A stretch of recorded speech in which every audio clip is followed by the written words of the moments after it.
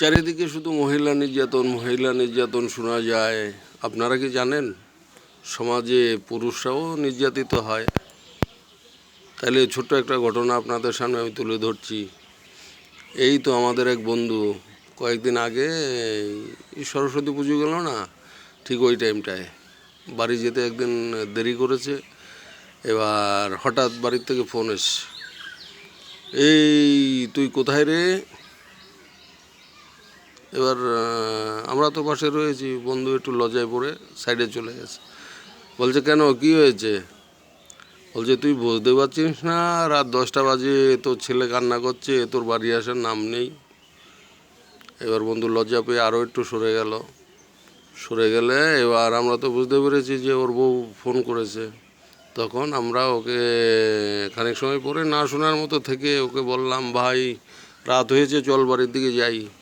হ্যাঁ, বাড়ি যেতে হবে, রাত হয়ে গেছে। তখন বন্ধু বলল, ঠিক বলেছিস ভাই, আর দেরি করা যাবে না, চল বাড়ির দিকে যাই। বন্ধু বাড়ি চলে গেল। এবার পরের দিন সেই বন্ধু সকালবেলা যখন আবার দেখা হলে বলে, জানিস না ভাই, কালকে সারা রাত ঘুমাতে দেয়নি, বাড়ি যাওয়ার পর থেকে সেই অশান্তি। ও ভাষায় প্রকাশ করা যাবে না, এই হচ্ছে অবস্থা। তা ছেলেদেরও নির্যাতনের শিকার হয়, কিন্তু একটা মহিলা যত সহজে বলে ফেলে দেয়, ছেলেরা তো আর বলতে পারে না, নিজের মান সম্মানের ব্যাপার। চারিদিকে পুরুষরাও নির্যাতিত হয়, তাই সবাই সাবধানে থাকবেন।